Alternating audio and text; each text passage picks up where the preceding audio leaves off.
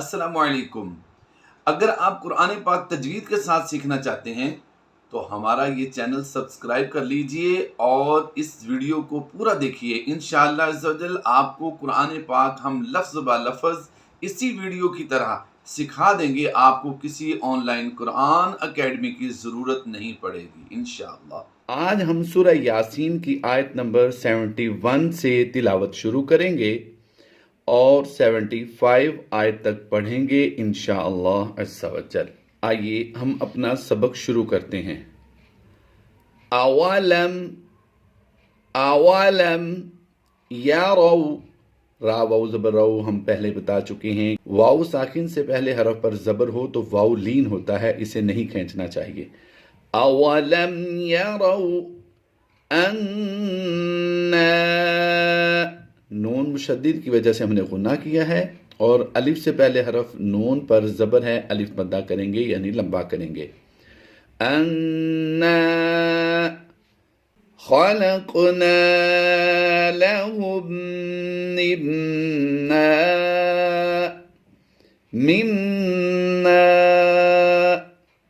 خلقنا لهم مما عملت أيدينا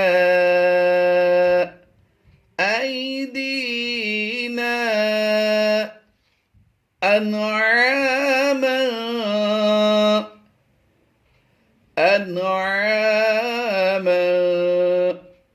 تنوین کے بعد حروف اخفا میں سے فا آ گیا، اس لیے یہاں پر اخفا کرتے ہوئے غنہ زمانی کریں گے۔ انعاما فهم لها، میم ساکن کے 3 قاعدے ہیں، ان میں سے یہاں پر اظہار شفوی کا قاعدہ ہوتا ہے، غنہ نہیں کریں گے۔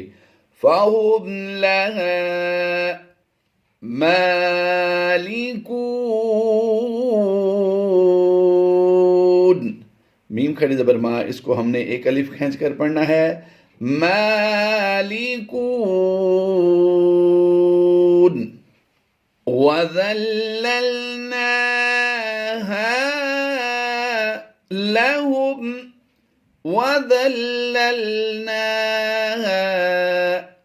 لهم فمنها، نون ساکن کے بعد حروف حلقی میں سے ہا آ گیا، اس لیے یہاں پر اظہار کرتے ہوئے بغیر غنہ کے پڑھیں گے۔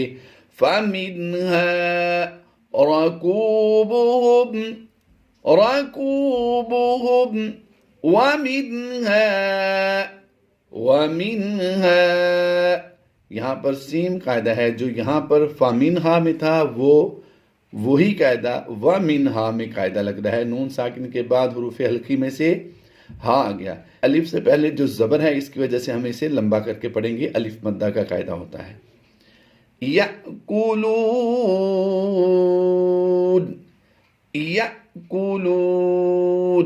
الف پر جب بھی جزم کی علامت ہو تو اسے جھٹکا دے کر پڑھتے ہیں، الف پر یا حمزہ پر۔ یاد رہے الف پر کوئی حرکت آ جائے تو اسے الف نہیں بلکہ حمزہ کہا جاتا ہے، تو یہاں پر ہم حمزہ ساکنہ والا رول یوز کرتے ہوئے جھٹکا دیں گے۔ یأکلون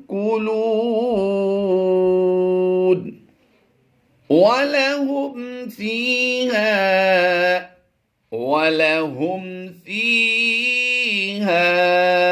فا یا ظرفی یا مدہ ہوتا ہے، یہاں الف ہا الف زبر ہا الف مدہ ہوتا ہے۔ فِيهَا منافع ومشارب، اگر یہاں پر وقف نہیں کریں گے تو پڑھیں گے وَمَشَارِبُ أَفَلَا يَشْكُرُونَ، یہاں پر چونکہ وقف مطلق کی علامت ہے تو ہم نے یہاں پر رکنا ہے، تو پڑھیں گے وَمَشَارِبُ، با پر ہم نے قلقلہ کرنا ہے، وَمَشَارِبُ أَفَلَا يَشْكُرُونَ واتخذوا دال واو پیش دو واو مدہ کرتے ہوئے لمبا کرنا ہے. واتخذوا من دون اللہ من دون اللہ آلہۃ تا لام دو زبر تل کی آواز دیں گے. یہاں پر تنوین کے بعد لام حروف یرملون میں سے آیا ہے. یہاں پر ادغام بلا غنہ کا قاعدہ کرتے ہوئے ہم یعنی ادغام کرنا ہے لیکن ہم نے بلا غنہ والا ادغام کرنا ہے. آلہۃ لعلہم آلہۃ لعلہم ینصرون ینصرون.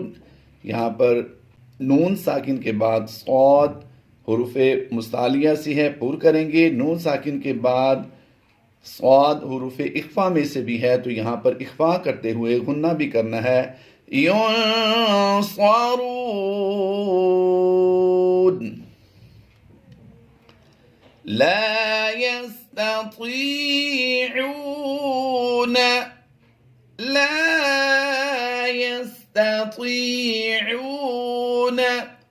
نصرهم نصرهم. یہ لام الف کی جو وقف والی علامت ہے اس پہ وقف نہیں کرنا بلکہ ہم نے بغیر وقف کے پڑھنا ہوتا ہے. بغیر وقف کے پڑھیں تب بھی ہا میم پیش ہم کی ہی آواز بنے گی اور حالت وقف میں اگر یہاں پر پڑھنا ہوتا تو پھر بھی ہا میم پیش ہم کی ہی آواز بنتی. اب ہم اگلا لفظ ساتھ ملا کر پڑھیں گے. نصرهم وهم لهم جند محضرون وهم لهم جند. یاد رہے نون ساکن کے بعد دال حروف اخفا میں سے ہے غنہ کر کے پڑھیں گے. یہ غنہ زمانی کہلائے گا. تنوین کے بعد یعنی دو پیش کے بعد حروف یرملون میں سے میم ہے تو یہاں پر ادغام مائل غنہ کا قاعدہ ہوگا اور یہ غنہ کی آواز غنہ آنی والی ہوگی. تو یہاں پر غور کیجئے یہاں پر ہم نے غنہ زمانی کی آواز دینی ہے اور یہاں پر غنہ آنی کی آواز دینی ہے. دونوں غنوں میں آواز میں فرق ہوگا.